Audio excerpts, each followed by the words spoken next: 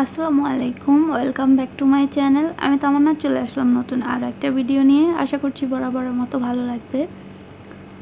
তো আজকে আমি শেয়ার করব যে ভিডিওটা অনেক দিন আগের। কম্বোডিয়া এসে আমি প্রথম সকাল এবং দুপুরে কি করেছিলাম সেটাই শেয়ার করব, এবং বিকেল সহ। তো আসলে লম্বা একটা জার্নি করে এসেও রেস্ট নিতে পারিনি। আসলে সব কিছু এলোমেলো দেখলে ওভাবে ঘুমও আসে না এগুলো গোছানো পর্যন্ত। তো আমি ফার্স্টে সকালের জন্য নুডলস রান্না করব। তো এটা হচ্ছে সেপ্টেম্বরের 25 তারিখ। তো 24 তারিখে এসেছিলাম, এটা হচ্ছে 25 তারিখের ভিডিও। তো এখন আমি একটু পেঁয়াজ আর কাঁচামরিচ ভেজে নিয়েছি।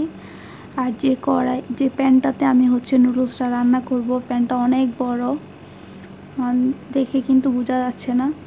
আর যে এখন সবজি দিয়ে দিচ্ছি এগুলোকে খুব কম মনে হচ্ছে বড় হওয়ার কারণে। তো এখানে যেটা দেখলাম, নুডলসের সাথে দুইটা মশলা না, এগুলোতে মেবি একটাতে শুকনো চিকেনের গুঁড়া, আর একটাতে অন্য মশলা, আর 3টা যে প্যাকেট ওটার মধ্যে সয়া সস, আরও আদার্স টমেটো কেচাপ আর একটা সস দেওয়া আছে। তো এগুলো দিয়ে দিলাম। আর আমাদের ব্যাগগুলো আসেনি, পরের দিন আসছে। আমরা যেদিন আসছি ওই ব্যাগগুলো আসেনি। তো এরপর খেতে বসে গেছি। আর এখানে একটা অ্যাভোকাডো জুস।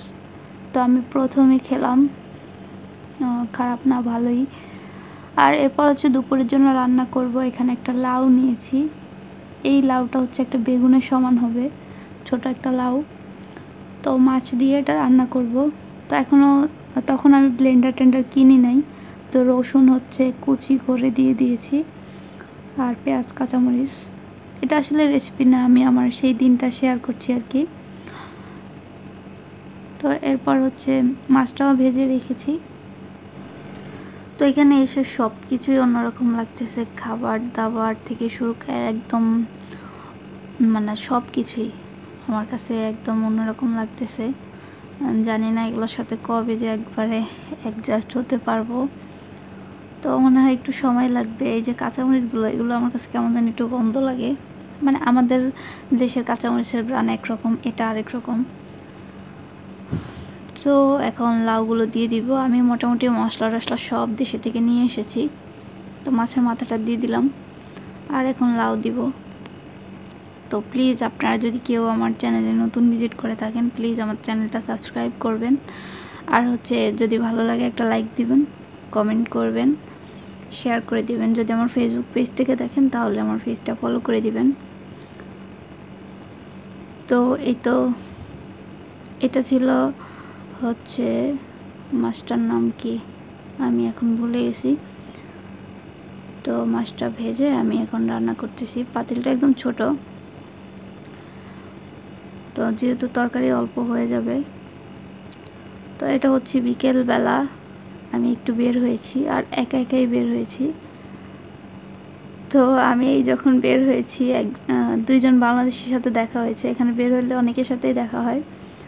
তো উনি বলতেছে আপনি কবে আসছেন? আমি বলছি যে আমি গতকালকে আসছি। তো উনি পুরো অবাক হয়ে গেছে, আপনি আগের দিন এসে এখনই ঘুরতে বের হয়েছেন, আমরা তো ভয়ে বের হইতে পারি না। উনি আসছে নাকি 1 সপ্তাহ হয়েছে।